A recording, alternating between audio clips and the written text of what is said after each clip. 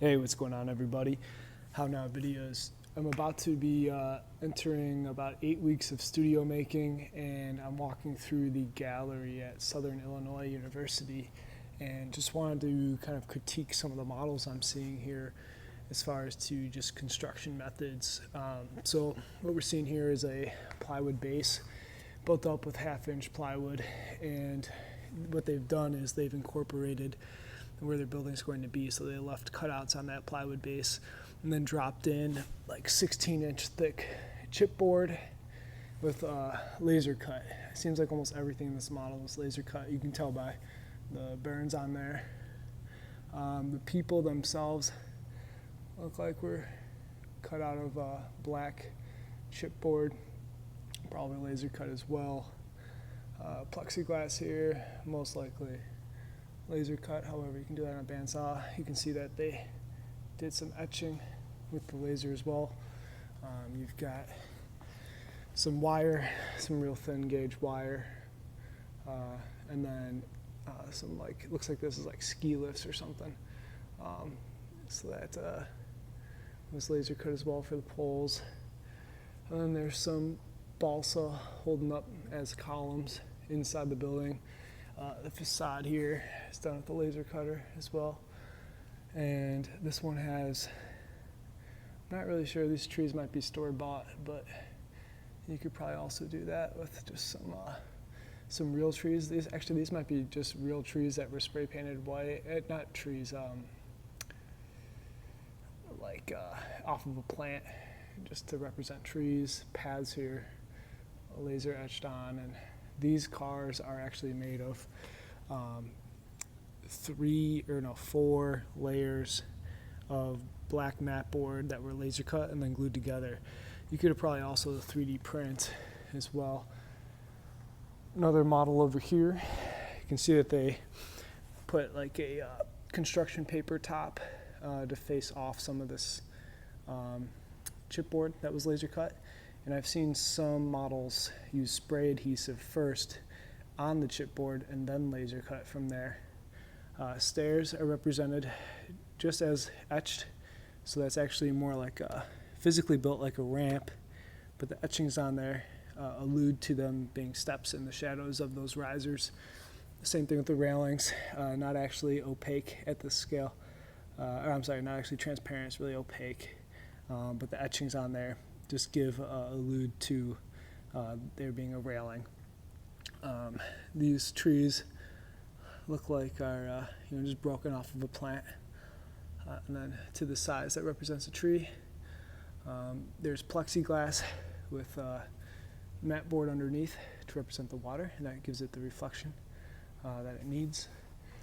And then here, behind the chipboard, you can see that there's actually it's like a sheet, like a laminate sheet. So real thin, it's not plexi, just to give the shine. And then behind that is like a white trace paper to give kind of the frosted effect, which is a pretty cool way to do that. And some more mat board and chipboard, some really good topography on these models. I really think the topography makes and break these models. So well done there. This is a smaller study model done with a lot of balsa and then chipboard and laser cutting, and you can just see where they chose to use balsa and where they chose to use chipboard. And they left the balsa unpainted on that. Going over, here's one where it's a little bit of a combination of 1/8-inch plywood and 3D printing. Looks like maybe this is some kind of train terminal or something of that nature. This one's a pretty cool model. This one here uses 3D printed material for the water, and it has the scale etched in, which is a nice touch, showing north in your scale for your model. Tons of chipboard used here. You can see to build up massings, this is just a 1x. So it's 3/4 tall piece of material. Could even be deeper. If it is deeper, then it's a 2x. Cut down to size. The cladding here for the green facade is made just from a wire mesh. You could also use a screen for like a screened window and just pull it taut. You can spray paint it to give a little bit of rigidity. And then same method used here for these windows. That's just a piece of material behind to make it look frosted, which is a nice effect, especially when you don't develop the inside of your building and it's hollow.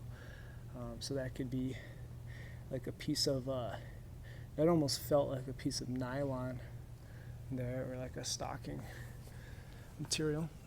And same methodology used for the vehicles. It's just 4 laminations of chipboard on the vehicles for the cars, which is a nice fast way to do that. Here it looks like they bought scale people, like model train scale people you can buy. They're black, and then everything else is laser cut on. The roof itself and the massing for the building next door, subtly done in a gray paint, and you can see here 1x blocking is used and 2x blocking just to create a quick massing of the neighboring structure, which adds a little bit more context to the site. And looks like a quick model was done with just chipboard and 3D printing at a much smaller scale of this building before it was created in its entirety, which is a nice touch. Going through, here's another building that was done with a couple different techniques. This one's done a little bit more inexpensively. You can see the site is still built up nicely, but it's made with cardboard. And then there's, even to save even more material, there's spacers put between the cardboard. So from the top it reads, there's a little steeper, but actually if you go down to eye level here, you can see that it's actually just divisions of it. And it's done with chipboard, laser cut, and then with foliage brought in from outside. So once again, not purchased, just brought in. And then there's like a really thin cardstock used to create some of the more organic or complex features around this model, which is probably not the most accurate way to represent your model, but it definitely represents what you're trying to get across in the design intent. It's a pretty good way. Now you can see in this one they didn't add anything on the inside of their building for the windows, and it just has a slightly different effect when you do. Makes it look a little bit more solid, which is kind of nice when you do add that effect. However, it is another step. Here, plexiglass roof with laser etchings to show kind of maybe like a open lattice system on the top, or a trellis. And then you can see some screening, a lot of laser cutting on this model with chipboard. And here I thought it was kind of interesting, they built up the base with 1/8" foam and maybe even some 1/4" foam. And that built up enough for the parking garage that's underneath, which was carefully laser cut and built. You can tell this thing was built base separate from the first, where you get all those little columns in there. All those columns are just pieces of chipboard laser cut. But you can see here, they just built up the massing with the foam first for underground parking, and then kind of went up from there. But they did a nice job. And here you can see they left the stairs out. So they omitted the stairs on this kind of open tower. They left the space for the stairs to go, but they elected not to build the stairs, even in the central core here. It's evident enough that stairs will exist there, so they didn't represent them with physical material. Just left the void for them, so it reads as 2 different stairwells. And the last model here is one that's a little bit different from all the other ones. Unfortunately, there's like a crease in this cardboard. You can see the curtain system is done with plexi that's etched, and then there's clear straws being used as columns. And then here you have laser cut pieces of cardboard. So this one was done fairly cheap to represent the trusses. And you have black foam to represent the floor plates, black chipboard on the bottom to represent the bottom layer, and that's pretty much it. Cardboard, black foam, some black chipboard, some clear straws. You can see that at the top, to get the curve, what they've done is they've scored it on the bottom side to allow the top to bend at even increments. So pretty good. So I'm hoping to make a model within these next 8 weeks that is good enough for display at SIU.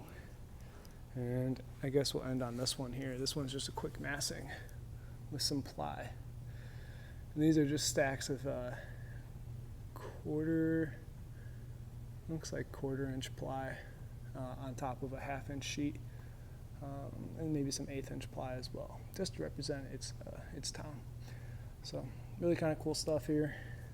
A lot of ideas, got the juices flowing. All right, don't forget to save and subscribe.